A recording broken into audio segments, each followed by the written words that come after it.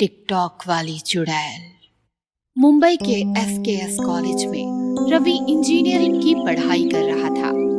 रवि के सारे दोस्त टिकटॉक यूज करते थे, इसीलिए उन्हें देखकर रवि ने भी टिकटॉक पर अपना अकाउंट बना लिया।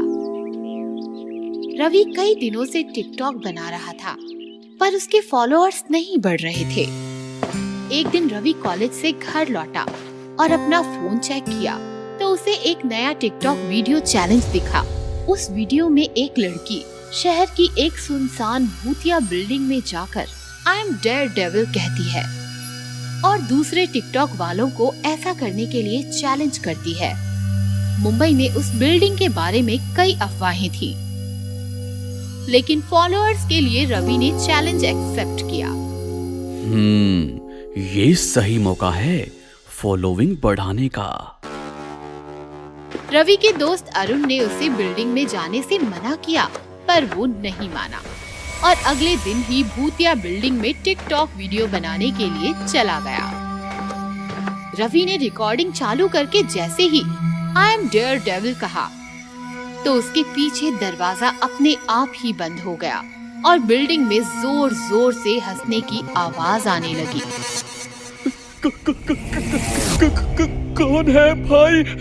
मजाक मत करो यार, जो भी हो सामने आ जाओ। तभी उसके सामने एक भयानक चुड़ैल आ जाती है और मोबाइल पर रवि की रिकॉर्डिंग करने लगती है। मजाक नहीं, मौत, तेरी मौत होने वाली है। ये कहते हुए वो रवि पर हमला कर देती है और उसे मार देती है। रवि की तरह ही आरिफ नाम का एक लड़का भी चैलेंज के लिए उस बिल्डिंग में आया, तो उस चुड़ैल ने उसे भी मार दिया और वीडियो बनाकर टिकटॉक पर अपलोड कर दिया। रोज रोज हो रही मौत के कारण लोग घबरा गए और टिकटॉक चलाना ही छोड़ दिया, और अगर गलती से भी कोई उस चुड़ैल का टिकटॉक वीडियो देख लेता तो वो सम्मोहित हो जाता और उस भूतिया बिल्डिंग में चला जाता और वो टिकटॉक वाली चुड़ैल उन्हें बेरहमी से मार देती थी। टिकटॉक वाली चुड़ैल की बात पूरे शहर में फैल गई। एक दिन अरुण अपने चाचा को रवि के बारे में बताता है।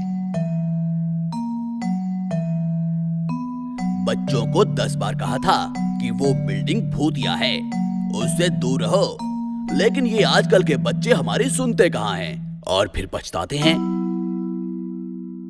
नहीं चाचा, मुझे बात कुछ और लग रही है। अगर उस बिल्डिंग में चुड़ैल है तो इस चैलेंज वाली लड़की को उसने क्यों नहीं कुछ किया? बात तो तुम सही कह रहे हो, लेकिन इसका जवाब तो ये लड़की ही दे सकती है। फिर सब लोग मिलकर पुलिस स्टेशन जाते हैं और चैलेंज वाली लड़की के बारे में पूछताछ करते हैं। कुछ देर फाइल्स देखने के बाद पुलिस कुछ महीनों पहले ही इसकी रिपोर्ट दर्ज हुई है। इसका नाम श्रुति है और ये 2 महीनों से लापता है, लेकिन फिर उसने ये वीडियो कैसे और क्यों बनाया? मामला कुछ गंभीर लगता है। फिर पुलिस उस बिल्डिंग की जांच के लिए जाती है, लेकिन उन्हें वहां कुछ भी नहीं मिलता। सर, वो चुड़ैल टिकटॉक वीडियो बनाने वालों को ही मार रही है, तो शायद टिकटॉक बनाने पर ही हमारे सामने आएगी। फिर अरुण रिकॉर्डिंग चालू करके कहता है आई एम डेयरडेविल, और ऐसा कहते ही वो चुड़ैल सबके सामने आ जाती है।